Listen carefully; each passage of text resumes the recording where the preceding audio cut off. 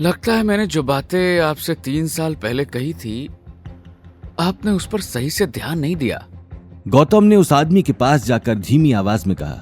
साथ ही गौतम कभी उस आदमी के हाथ में पहनी अंगूठियों को देखने लगता तो कभी उसके गले में पहने ब्लू कलर के पेंडेंट को। गौतम की बात सुनते ही यशवंत को भी 3 साल पहले की सारी बातें याद आ गईं, जब गौतम पुष्कर के एक घाट पर मिला था। यह बात सुनते ही उसने अपने गले के पेंडेंट को अंदर कर लिया।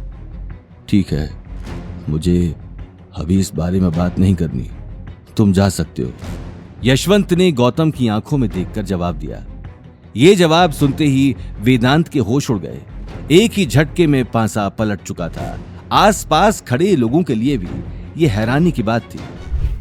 गौतम की बात सुनकर यशवंत एक पल के लिए सकपका गया था। वहीं वेदांत को अपनी आंखों पर यकीन नहीं हो रहा था और एक अजीब सी खामोशी दोनों के बीच छा चुकी थी। गौतम ने यशवंत से हाथ मिला लिया और फिर अनिल के साथ अगले ही पल वहां से निकल गया। इससे पहले कि वेदांत उसे रोकने के लिए आगे कुछ कह पाता, यशवंत ने अपनी आंखों के इशारे से उसे वहीं रोक दिया। देखते ही देखते आसपास के लोग भी अपने अपने काम में लग गए। आज पहली बार ऐसा हुआ था जब वेदांत अपने सामने वाले की जिद के आगे झुका था।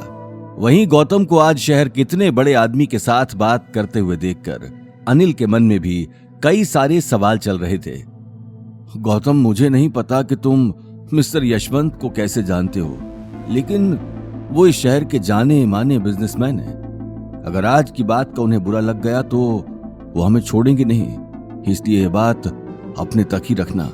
अवनी और गीता को इसके बारे में कुछ पता नहीं लगना चाहिए। जी डैड। गौतम ये जवाब देते हुए स्टोन को देखने लगा और अगले ही पल उसे अपनी जेब में रख लिया।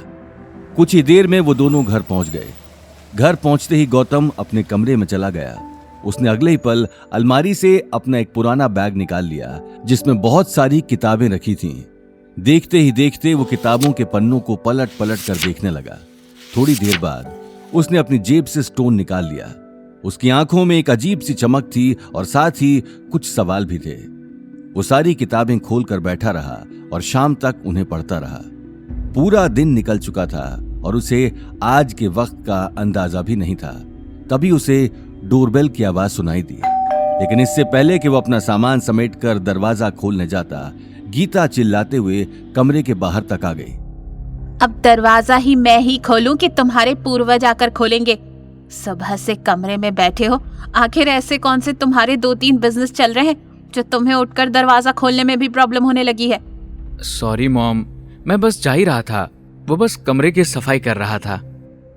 हो गई हो कमरे की सफाई तो जाओ दरवाजे पर जाकर देखो कौन है। गौतम अगले ही पल दरवाजा खोलने चला गया। तभी गीता ने गुस्से में कहा, मेरे लिए चाय भी बना देना, सर में बहुत दर्द हो रहा है। गौतम ने हाँ में सिर हिला दिया और दरवाजा खोलने चला गया। कितना टाइम लगा दिया दरवाजा खोलने में?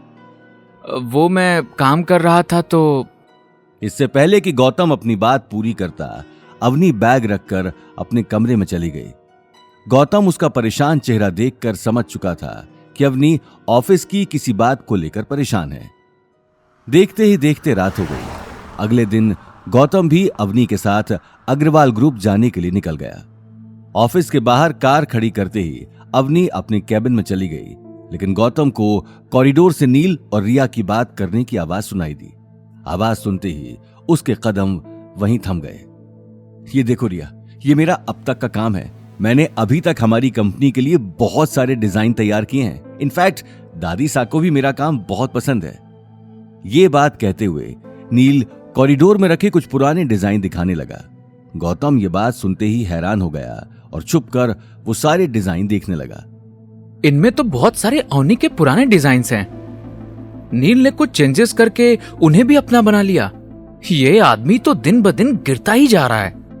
ये कहते हुए गौतम की आंखें गुस्से से लाल हो गईं और वो छुपकर उन दोनों की बातें सुनने लगा। बताओ कैसे लगे?